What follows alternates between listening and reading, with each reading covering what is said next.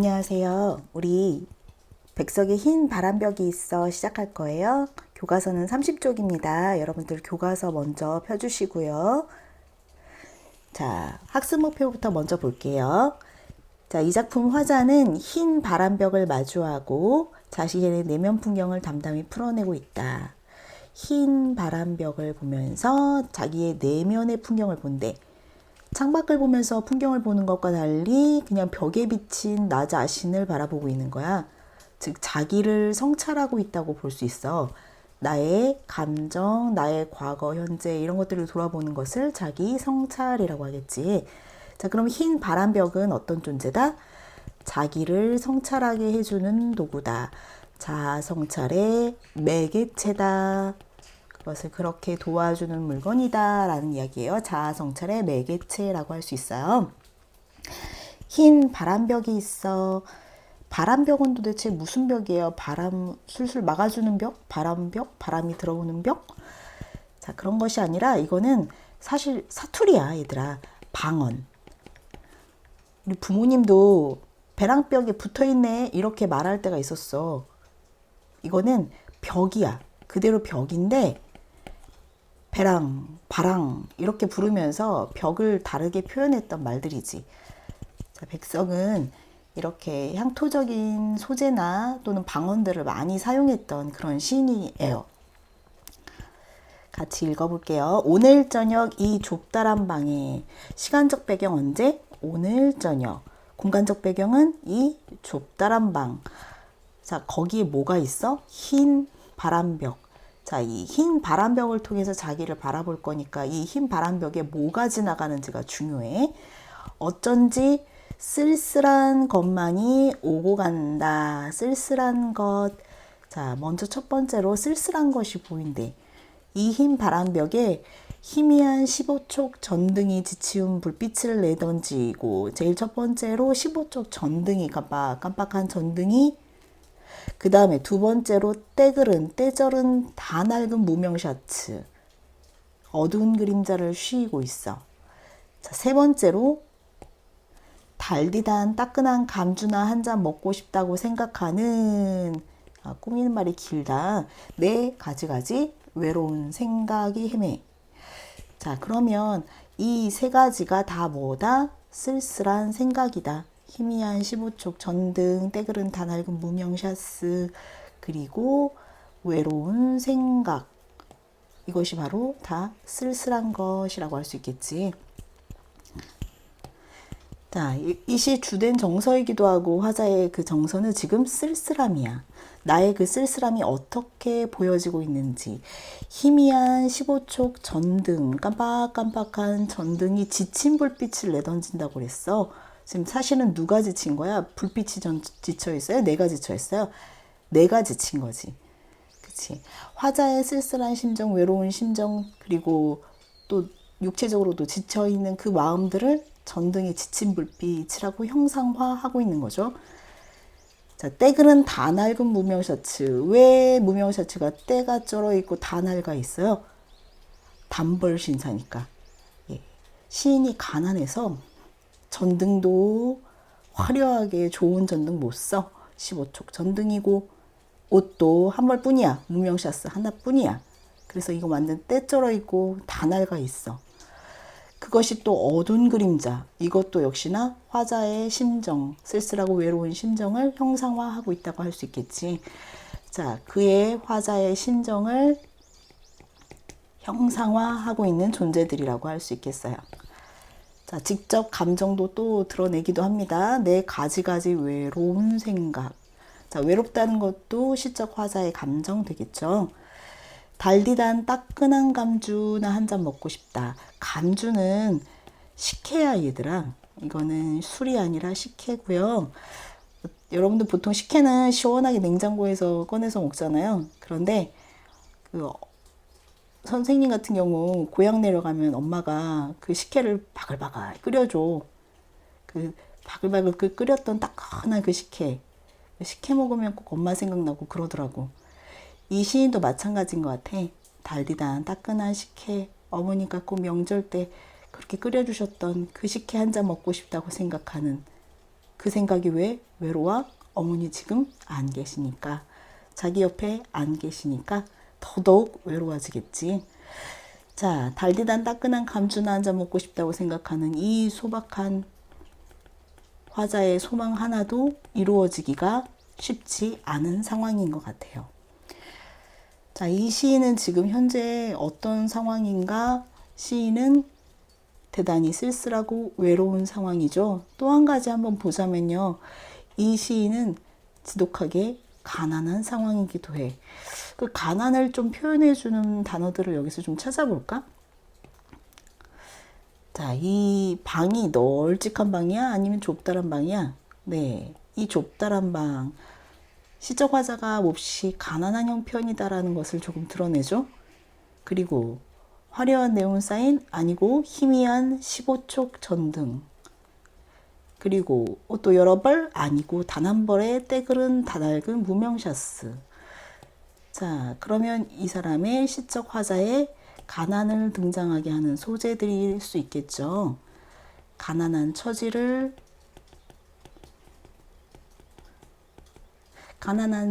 보여주는 소재.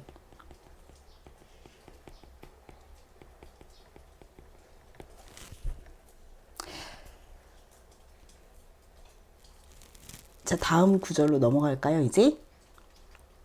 그런데 이것은 또 어떤 일인가? 어인일인가? 자, 그런데 시상이 좀 전환되고 있습니다.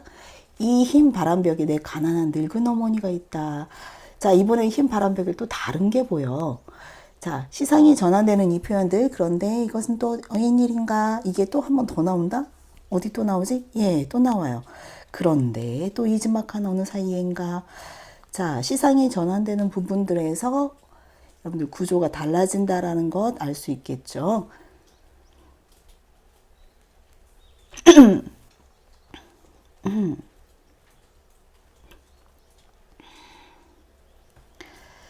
자, 시상이 전환됩니다. 이 흰 바람벽에 또 무엇이 보입니까? 하나씩 또 찾아볼까요? 자, 이번에는 뭐가 보입니까? 내 가난한 늙은 어머니. 또 내 사랑하는 사람. 두 사람이 보여요. 자, 첫 번째 내 가난한 늙은 어머니부터 볼게요. 자, 내 가난한 어머니. 어머니는 뭐하고 계세요? 시퍼러둥둥하니 추운 날에 차디찬 물에 손 담그고 무며 배추를 씻고 계셔. 자, 어떤 날에? 시퍼러둥둥하니 추운 날이래. 왜 시퍼렇게 춥지? 마치 어머니 손이 시퍼렇게 얼어붙을 것만 같은 그런 추운 날이야. 자, 춥다라는 건 촉각적인 감각인데 시퍼러둥둥하다는 건 시각적인 감각이지. 자, 시각적인 감각으로 형상화했다라고 해서 이거는 공감각적 형상이라고도 해. 시퍼러둥둥하니 추운 날에 차디찬 물에 손 담그고 얼어붙을 것 같이 추운 날, 그날에 무며 배추를 씻는 어머니의 희생적인 모습들이 등장하죠. 어머니는 특별히 가난했기 때문에 더 고생하는 그 어머니의 모습은 내 마음을 더 많이 아프게 하지. 자, 그 다음엔 사랑하는 사람이 또 떠올라. 내 사랑하는 어여쁜 사람. 자기가 좋아했던 사람인가 봐. 어느 먼 앞대 조용한 개포가의 나지막한 집에서, 어느 먼 남쪽 바닷가의 나지막한 집에서 이 하나하나가 이런 것들이 다 사투리라고 보면 돼. 그의 지아비와 마주 앉아. 웬일이야? 그의 지아비, 그 어여쁜 사람이 자기 남편과 마주 앉아 있대. 결혼했다는 얘기네. 내가 사랑했던 사람인데 다른 남자하고 결혼했다는 얘기네. 그의 지아비와 마주 앉아 대국국 끓여놓고 저녁을 먹는다. 벌써 어린 것도 생겨서 옆에 끼고 저녁을 먹는다. 이제 그의 행복한 모습이 등장하지. 그런 어린 것도 생겨서 옆에 끼고 있다. 벌써 생겼다. 이런 표현들이 벌써 이 사람의 사랑했던 사람이 다른 남자가 생겨서 애도 낳고 행복하게 대국국 끓여 먹는 그 모습이 이 사람의 외로운 심정, 이 쓸쓸한 마음을 더 심하게 만들지. 자, 이 두 사람은 결국에 내 가난한 늙은 어머니, 또 내 사랑하는 사람, 두 번째 흰 바람벽에 보인 이 영상은 공통점이 있네, 그치? 어떤 사람들이야? 지금 현재 없는 사람이야, 그치? 부재하는 사람이야. 그러니까 내가 그리운 사람이지. 그리운 사람들, 이 두 사람, 이 두 사람의 마음 때문에 나는 어떻게 돼? 내 외로운 심정, 외롭고 쓸쓸한 심정이 심화되지. 더 심각해져. 쌤이 잠깐 좀 더 재밌는 얘기 하나 해주자면, 실제로 이 사람이 정말 자기 첫사랑 맞다? 내 사랑하는 어여쁜 사람? 백석의 편지라는 시에 보면은 남쪽 바닷가 어떤 낡은 항구의 처녀 하나를 나는 좋아했습니다 라고 말했어. 그리고 실제 거기 지명이 통영이야. 그 통영에서 자기 친구인 신현중이라는 사람이 박경륜이라는 어떤 처녀를 소개시켜줘. 너무 좋아해. 첫눈에 반해. 그래서 계속 소개시켜달라고 하는데, 결국에 누구랑 결혼했냐면 그의 지압이 신현중이 돼. 자기 친구하고 결혼한 거지. 친구의 친구를 사랑했느니. 결국에 쓸쓸한 자기의 첫사랑, 백석에게의 첫사랑은 굉장히 큰 상처가 돼서 작품의 어느 곳곳에 많이 들어가 있다. 자, 이 사람의 쓸쓸하고 힘든 심정, 이런 것들이 흰 바람벽에 마치 영상처럼 나의 과거의 추억들이 이렇게 등장하고 있지. 자, 그 다음에 시상이 조금 더 전환됩니다. 그런데 또 이즈마카여 어느 사이인가 이 흰 바람벽에 또 뭔가 지나가요. 그런데 이번에는 조금 달라. 이번에 지나가는 애들은 영상이 아니야. 글자들이 지나가. 글자들. 자, 어떤 글자들인지 볼게. 자, 글자에는 이 줄로 시작해서 쭉 나가니까요. 글자들 한번 쭉 밑줄 그어볼게요. 여기 글자들이 마치 이렇게 쫙 지나가는 거야. 자, 그리고 이번에는 또 글자들이 또 지나가. 글자들이 두 번 지나간다고 보면 돼. 이 글자들이 또 지나가. 요 밑에까지 전부 다라고 생각하자.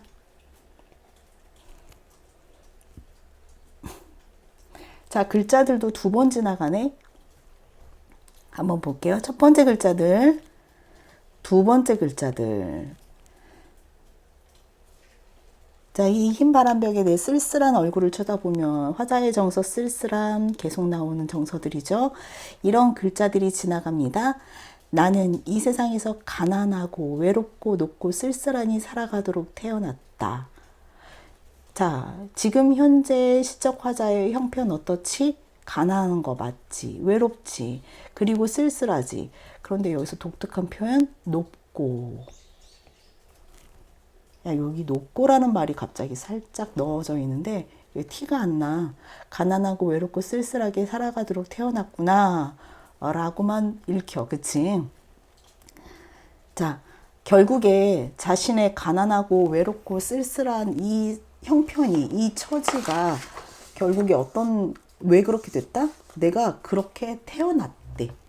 결국에 나의 운명론적인 태도라고 할 수 있어.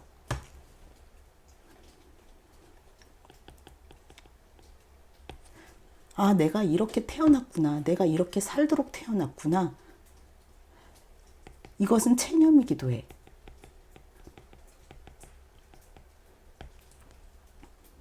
그리고 이 세상 살아가는데 내 가슴이 너무 많이 뜨거운 것으로, 호젓한 것으로, 사랑으로, 슬픔으로 가득 찬다. 사실 긍정적인 이미지와 부정적인 이미지가 많이 섞여 있지만 나는 이 뜨거운 것이나 사랑이나 이런 것들 때문에 더더욱 쓸쓸하고 더더욱 슬프다라는 이야기야. 자, 쌤이 아까 높고라는 표현이 살짝 들어가 있다고 했지. 그 높고라는 것 때문에 실은 시적 화자가 자신의 고결함을 살짝 등장시켜. 정신적 고결함이지. 그러나 전반적으로 이 글자들에서는 내가 이렇게 태어났구나. 그걸 나는 사실은 받아들여야 되는구나. 이렇게 느끼게 되는 거죠. 자, 그런데 사실 이것이 굉장히 좌절스럽게만 느껴지지 않는 이유는 두 번째 글자가 또 지나가기 때문이에요. 두 번째 글자를 볼게요. 그리고 이번에는 나를 위로하듯이. 그런데 이것이 나를 위로도 해줘. 나를 운명적으로 체념해서 나를 절망시키는 게 아니라 나를 위로해주고 울력은 힘준다는 뜻이야. 나에게 힘을 주고 눈질하고 주먹질한다는 것은 울력도 약간 그런 의미가 있는데 나를 밀어내. 너 이렇게 있지 마. 너 힘내. 눈질하고 주먹질하는 것도 너 지금 이대로 가만히 있을 수 없어 하면서 힘을 주면서 얘를 밀어붙이듯이 이 글자들이 또 지나가는 거야. 그런데 그 글자의 내용이 그닥 다르지 않다? 그런데 조금 반복되고 있지만 또 다른 또 놀라운 또 힘들이 있어. 하늘이 이 세상 내 일적에 그의 가장 귀해하고 사랑하는 것들은, 자, 그가 가장 귀해하고 사랑하는 것. 거기서 그가 누구? 하늘이야, 하늘. 하늘이 가장 귀하게 여기고 사랑하는 거는 가난하고 외롭고 높고 쓸쓸하게 태어나게 만들었다는 거야. 아까 그 표현하고 거의 비슷하지. 아, 나는 가난하고 외롭고 높고 쓸쓸하게 태어났어 라고 말하는 거하고 또 조금은 다르다. 그런데 자, 반복이면서 변주야. 그런데 거기에 의미를 하나 더 더해준다고 말할 수 있지. 자, 결국 운명이야. 하늘은 이렇게 만들었어. 그런데 하늘이 나를 사랑하기 때문에 이렇게 만들었어 라고 해석하게 만드는 거지. 자, 이거는 정말 자기 위로다.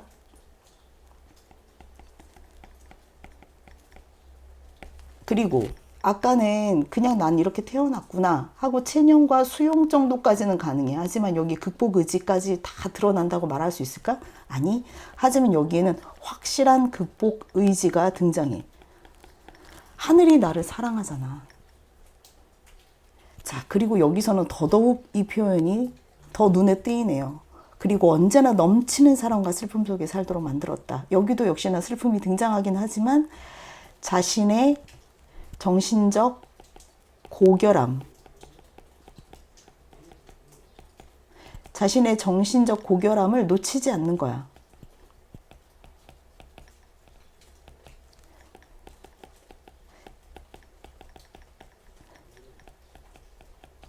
자기는 시인이잖아.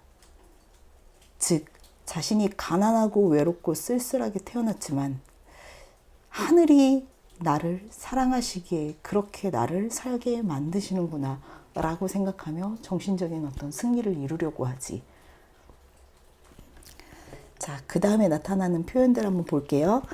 초생달, 바구짓꽃, 짝새와 당나귀가 그러하듯이. 해석 잘해야 돼. 그러하듯이 뭐 하듯이? 아, 얘네들도 하늘이 귀하게 사랑하듯이, 하늘이 그토록 가난하고 높고 쓸쓸하게 만드신 것 같이. 프란시스 잼, 도연명, 라이널 마리아 릴케, 이거 다 시인 이름이야, 얘들아. 자, 요 자연물들하고 요 시인들의 공통점이 무엇일까? 다 그러하듯이야. 즉, 하늘이 사랑하듯이, 하늘이 귀해하고 사랑하듯이, 그리고 하늘이 가난하고 외롭고 높고 쓸쓸하게 살게 하듯이. 나도 그렇게 했다는 거죠. 자, 시인이 좋아하는 것들, 시인이 좋아하는 시인들 이렇게 다 등장하고 있다고 보면 돼요. 초생달, 바구짓꽃, 짝새, 당나귀, 프란시스 잼, 도연명, 라이널 마리아 릴케. 자, 이 시인들과 이 예쁜 시어들은 어떤 공통점이 있을까? 화자가 좋아하는 것, 좋아하는 대상이라고 생각하면 돼요. 그리고 자기하고 동일시하고 있어요. 그러하듯이 라고 말을 했으니까. 그렇지? 자기 자신과, 자, 시적 화자가 자기 자신과 동일시하고 있는 이 대상들, 초생달, 바구짓꽃, 짝새, 당나귀. 우리 조금만 더 얘기하면 선생님이 여기다가 조금 더 재미있는 얘기를 좀 더 해주자면, 프란시스 잼이라는 시인, 여러분들이 잘 모르는 시인일 수 있어. 그 시인도 나는 당나귀가 좋아 이런 말을 했다.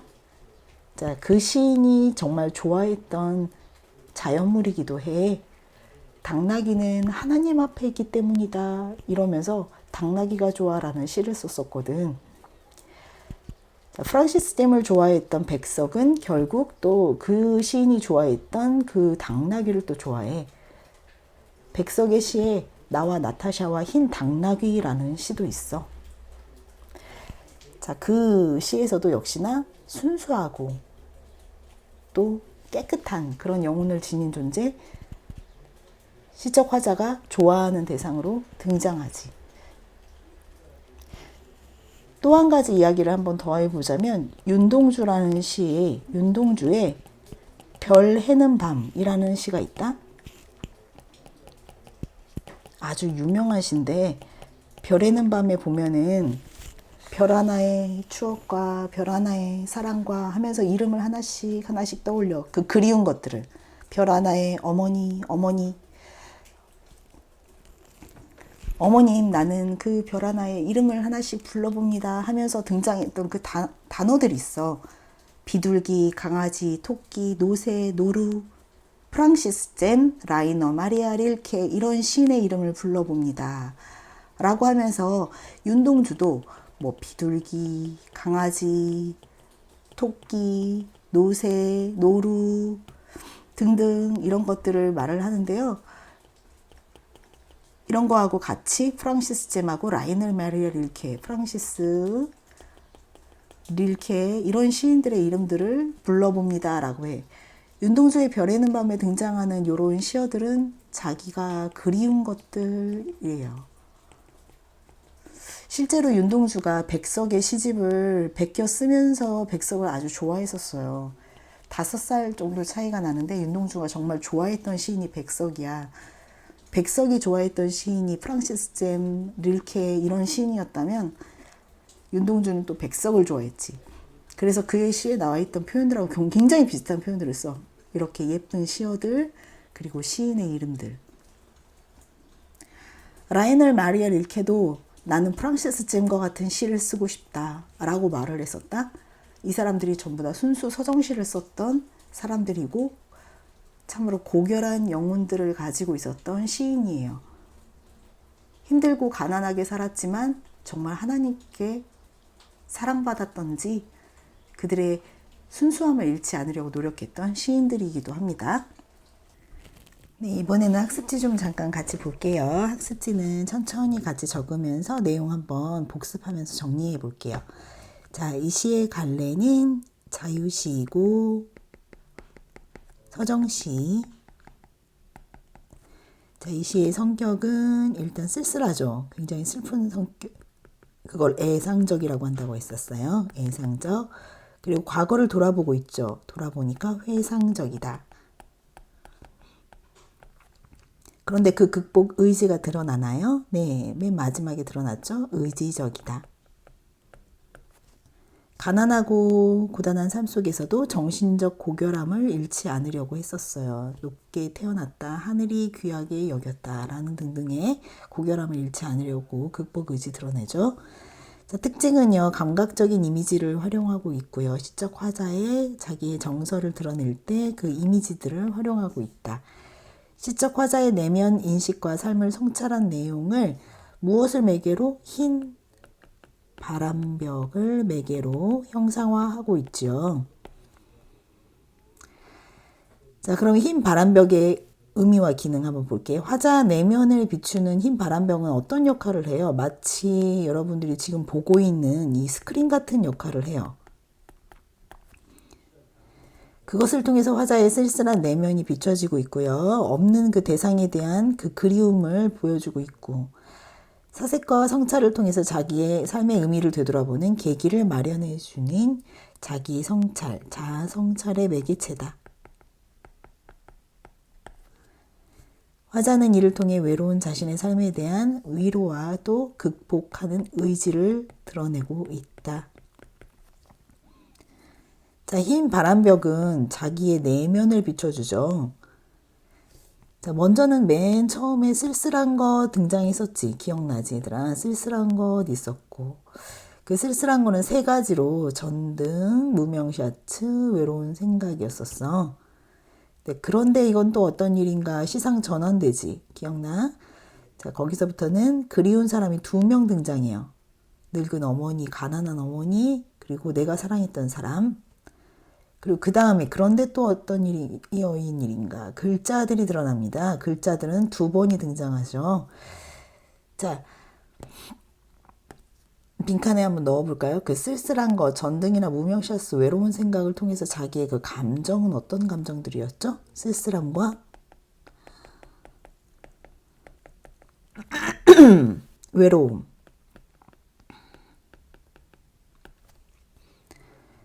자, 그리운 사람 2사람을 통해서 자신의 그 그리움, 외로움의 정서가 더욱더 심화되었던 거 등장했죠. 그리고 글자들을 통해서 자기를 위로해주고 자신의 운명이라는 것을 수용했죠. 자기 운명에 대해서 긍정적으로 수용하고요. 그것을 또 극복하고자 하는 의지도 보여줍니다. 자, 이 작품의 표현상의 특징. 자, 이미지가 많이 등장하는데 그 중에서도 상당히 시각적 이미지, 희미한 전등이라든가 이렇게 시각적 이미지가 활용되고 있고요. 그리고 이 작품은 특별히 그 순서가 그 시간의 흐름에 따라 또는 공간의 흐름에 따라기보다는 의식의 흐름에 따라서 자기가 생각이 떠오르는 대로 시상이 전개돼요. 뒷면입니다. 흰 바람벽에 비친 대상과 내면 의식의 변화. 아까는 3개로 나누더니 왜 4개로 나누셨나요, 선생님? 하나, 둘. 그런데 이건 또 어떤 일인가 하면서 글자들 2개 나왔었잖아. 우리 내면 의식이 여기서도 살짝 변하니까 요거를 묶을 수도 있겠지만 이번엔 나눠가지고 의식의 흐름의 변화를 조금 더 살펴볼게요. 처음에는 그 육체적인 피로감도 있었어. 그치? 지친 불빛에서 같이 나왔었던 거 기억나지? 자, 그 다음에 이 가난한 그런 처지, 다 낡은 무명시아츠나 15쪽 전등에서 드러났어.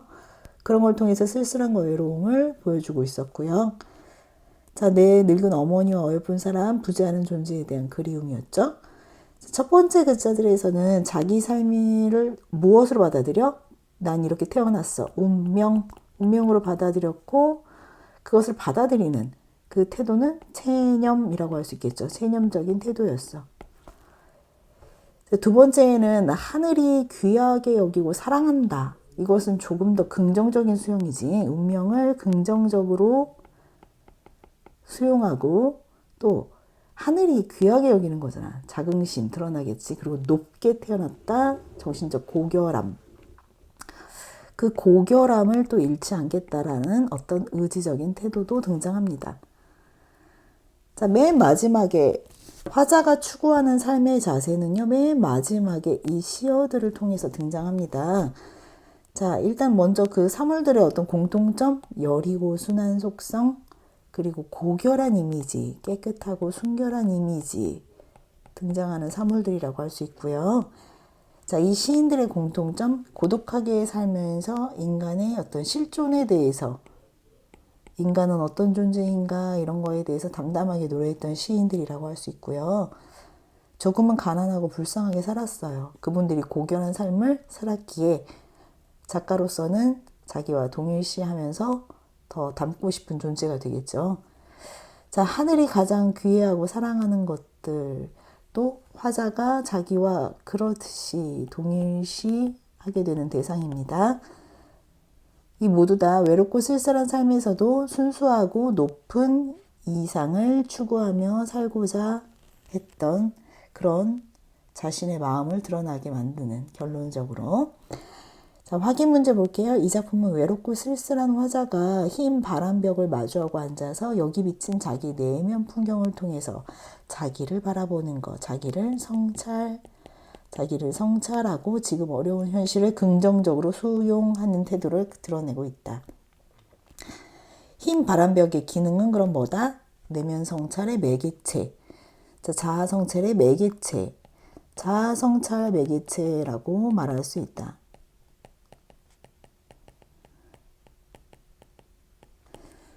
자, 자아 성찰의 시인으로서 백석과 또 백석을 좋아했던 선생님이 잠깐 설명했던 윤동주라는 시인을 안 떠올릴 수가 없어요. 윤동주, 자아 성찰의 시인이라고 말했던 그 그의 시인 중에서 특별히 자아성찰이 집중적으로 되었던 시 두 편을 소개해 볼게요. 자, 참회록이라는 시가 있어요. 그 참회록이라는 시에서 파란 녹이 낀 구리 거울 속에 내 얼굴이 남아있는 것은 하면서 그 거울이 등장하거든요. 거기서 그 거울을 밤이면 밤마다 내 거울을 손바닥으로 발바닥으로 닦아보자 라고 말을 했었어. 그 거울은 결국에 자기 성찰이야. 그 거울에 내 얼굴이 비춰져 있는데 자기를 바라보고 또 밤이면 밤마다 내 거울을 닦아보자. 이 자아 성찰의 행동을 말해요. 또 한편 자화상이라는 시가 있어. 선생님이 학습활동에서 선부자화상을 특별히 많이 다루지는 않을 건데요. 여러분들의 학습활동은 나중에 여러분들에게 그대로 다 정리해서 올려드리도록 하겠습니다. 윤동주의 자화상을 더 집중했으면 좋겠어요. 자아 성찰에 아주 중요한 시니까요. 자화상이라는 시에 보면요. 그 우물 속에 비친 자기 자신을 바라봐. 그 우물 속에 뭐 달과 구름과 하늘 뭐 이런 것들 자연 아름다운 자연들이 있는데 그 자연들 속에 그 한 사나이가 보여요. 그 사나이는 바로 자기 자신이지. 근데 그 자기 자신이 너무 미워서 돌아가. 그리고 다시 또 그리워서 다시 돌아와. 그 우물 속에 비친 자기 자신을 바라보는 것, 그 즉 자기 자신을 다시 돌아보는 것, 자아 성찰의 시였어요. 자아 성찰을 하게 만들어주는 거울이나 이 우물 같은 경우는 자아 성찰의 매개체 역할을 하겠죠. 자, 같은 기능을 가진 그 시어들 같이 정리해 볼 수 있었습니다. 자, 다른 장 하나 더 있어요, 여러분들. 그거 보면서 한 번 더 복습입니다. 자, 이렇게 한번 예쁘게 또 정리해요. 흰 바람벽에 비친 대상들을 통해서 내면 의식이 어떻게 변하는지, 외로움과 쓸쓸함으로 가난한 어머니, 옆에 사람들을 보면서 부재하는 존재에 대해서 그리워했죠. 네, 그리움. 자, 첫 번째 그 글자들을 통해서 어떤 태도? 첫 번째 글자들에서는 일단 체념이었어, 그치? 체념적 태도.